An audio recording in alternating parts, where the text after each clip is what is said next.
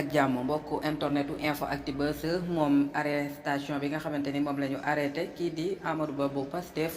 kàddu yi nga xamante ni kii di Serigne Saliou Gueye yëkkati na ko ci moom Serigne Saliou Gueye nekk journaliste chroniqueur fële ca Sen TV waaye itam nekk directeur bu këru taskatukaayu xibaar bii di yor moom ki nga xamante ni nag moom moo di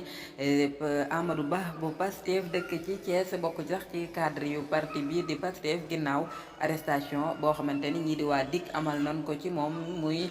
après bi mu defee benn émission bu ñuy wax ndumbelaan fële nga xamante ni rek moom moo di ca Sen TV moom Serigne Saliou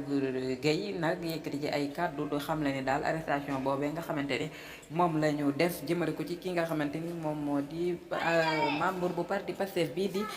Amadou Ba yaakaar nañu daal nekkul ni lu mu def ca émission boobee di ndumbelaan ca Sen TV moom moo waral ñu jàpp ko mais dafa yaakaar ne daal laneen la xëy na loo xamante ni daal ñu ngi ko doon bëgg toppee xam ni rek ñëw na Sen TV ñu ni nan ko fi fekk ngir jàpp ko waaye Serigne Saliou Gueye daal di confirmer bu baax a baax ni kii di Amadou Ba def na fële nga xamante ni moo di Sen TV émission boo xamante ne émission bu neex la waaye itam mu respecté lool maanaam jalgatiw ci benn yoon mu teg lépp ci xam-xam moom Serigne Saliou Gueye daal xam na ni maam émission ndumbelaan bi amoon ci Sen TV ni ki dem ba kii di Amadou Ba jalgatiw ci benn yoon maam waxu ci benn yoon wala mu def fa loo xamante ni man naa am loolee mooy waral arrestation bi nga xamante ni waa DIC am nañ ko jëmale ko ci moom Serigne Saliou Gueye di xam leen daal kon dafa yaakaar ni rek dafa am laneen loo xamante ni moom moo waral ñu jàpp ko moom